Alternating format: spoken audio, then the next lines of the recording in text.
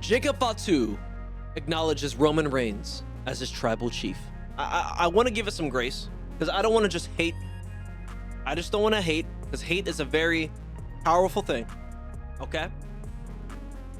I gave this storyline 2 years of chances, okay? And I'm trying to make sense of this story.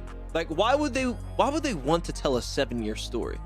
Right? Like, why do they think that us fans want to see a dragged out storyline that really doesn't really mean anything? Right? Because when you think about it, the same stuff is going to happen. It looks like the Usos or Jimmy Uso has something up in his sleeve or maybe something in his mind that he doesn't agree with. Right? Jey Uso has some beef with Fatu. Like, there's always going to be some sort of beef between the bloodline. Like, it's a never-ending story. A never-ending story. And one thing that I can take away from the bloodline story that is the reason why it sucks right now. It's probably because of The Rock, right? The Rock was supposed to be in this bloodline story, and in my opinion, was supposed to be the ending or the catalyst of the bloodline ending, right? Like, but instead, we had the Cody Crybabies.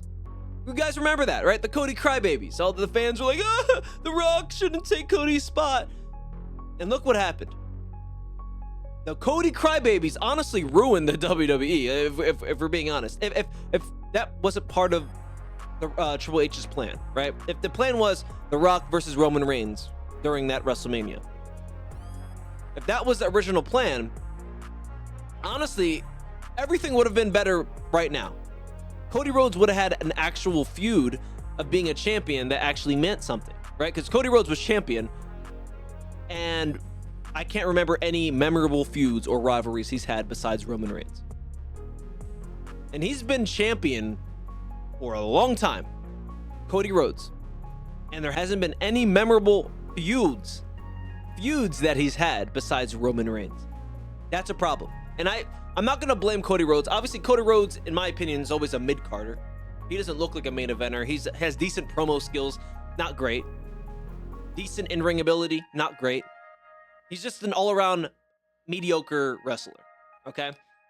But if you have a mediocre wrestler and mediocre stories, I don't know. There's people who may be blinded by the fact that we've been getting consistent trash of stories that they're like, this is decent, so I'm just going to say it's good. But no, this is nowhere near as good as when The Rock came back, right? And we had all that animosity, right? It felt real. Right, like this bloodline story, I understand people are like, it's a realistic story. But it doesn't feel real. Right, we have moments of Jey Uso joking around. Like, I don't know, I can't take this story serious. But they have to be waiting for The Rock. There's no way they're continuing this storyline. For what? What do we get out of it? For them being the dominant faction again? Like, they've been the most dominant faction for years. For years. Like, And here's the thing, right? When you do something over and over again, especially when you have an audience who's digesting what you're giving them, when you keep doing the same thing over and over again, you don't think the audience is going to get a little tired of it? A little bored of it? And yeah, there's going to be some people who enjoy it. I honestly don't know. For the people who enjoy the Bloodline story right now, sheesh, like, show them like an actual show, like, and then, like, you know what I mean? WWE has to be the only thing they watch if they actually enjoy the Bloodline story. So yeah, The Rock, come back, man. That has to be the reason. That has to be, guys. That has to be the reason. There's no way they're telling the story. They're continuing the story without them thinking, The Rock's coming back. They're just doing this story for what? Like, yeah, here's my point, guys. Where's the ending? Where is the ending? How is this going to end? Does anyone have any suggestions or any inkling of what end? Like, what? How is this going to end? Like, that's just my problem with this story. There's no ending, and it doesn't feel like there's any end anytime soon, right? And we have Roman Reigns telling Jey Uso, "You had this title, why not go for the other one?" Bro, if I have to go through another Jey Uso world title reign, oh my God. Like, that, they're going to tell the same story again. All right, Jey Uso, same thing. Just go for the WWE Championship this time instead of the World Heavyweight. Like, no. Honestly, have Jimmy Uso. I'd rather have Jimmy Uso go for Cody Rhodes' title, man. That's probably what's going to happen. Jay's going to go for Cody's title. Jimmy's going to get jealous, and then Jimmy's going to find a way to take that opportunity from Jay and then take it for himself. But he's not going to win the title, obviously, because it's Jimmy. They're not going to give Jimmy a world title. But yeah, that's a story I already see that they could go. And honestly, I wouldn't hate that story because it's something a little different, right? Jimmy Uso is actually getting some time to shine, which Jimmy Uso has been the one guy from the Bloodline just left out. I feel like in the most recent Raw, they try to sprinkle in some seeds that Jimmy Uso may have a plan or may have something up his sleeve. I hope he does. I hope he does, because Jimmy Uso's consistently been one of my favorites in the Bloodline. And he's been the consistent of the Bloodline. Like, he's always been the loyal guy. So I'm just hoping that Jimmy can finally have his time to shine. I feel like that's the only story that they haven't told in this Bloodline story, is Jimmy Uso becoming his own man, right? Becoming his own character, becoming his own wrestler, winning on his own, being a champion, right? There's these things that Jimmy just hasn't done, that Jay has done, and Solo has done, Jacob Fatu has done, Roman has done. So that's a story that they could tell, right? That's something that they didn't use already, and they better use it, because if they don't, what are we doing? Right? Are we just gonna have the MFTs versus the Bloodline again? We're gonna have Solo Sikoa's group versus Roman's group. Whoever wins is Tribal King. Like, that's the shit they always do. Like, and if they do that again, it's just like, come on, man. Because MFTs did interrupt the Clash of Italy match between Fatu and Roman. Like, you know, I just want a nice ending, and I feel that's what the WWE is missing right now. Now let's quickly talk about Clash of Italy and the matches, and I'll just talk about what matters. Soruka is the new champion.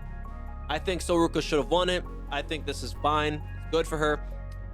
Becky Lynch can either go for it, you know, get the championship back, or finally go back to the main card, because she is the best women's wrestler, Becky Lynch, and the main card honestly needs her at this point, right? We had the Rhea Jade Gargill thing. I didn't mind that Rhea did retain her title. It was a solid match, but there was just, I don't know. They're pretty stiff. Like, they're not really agile for their size, and that's understandable. They're both muscle girls, Jade and Rhea, but there was just some like, their chemistry didn't look pretty off in that match in Clash of Italy.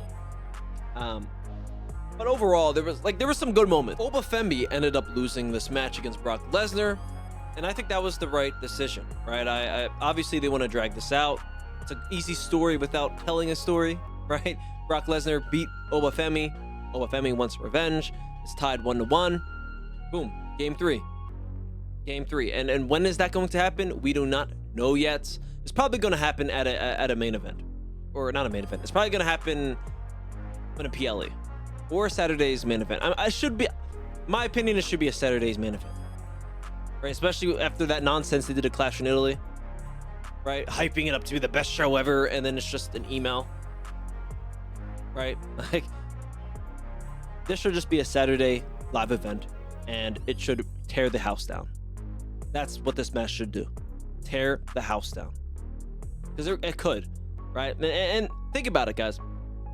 This has been consistently like the most hype storyline, and there's no story between Oba and Brock. There's literally no storyline. It's just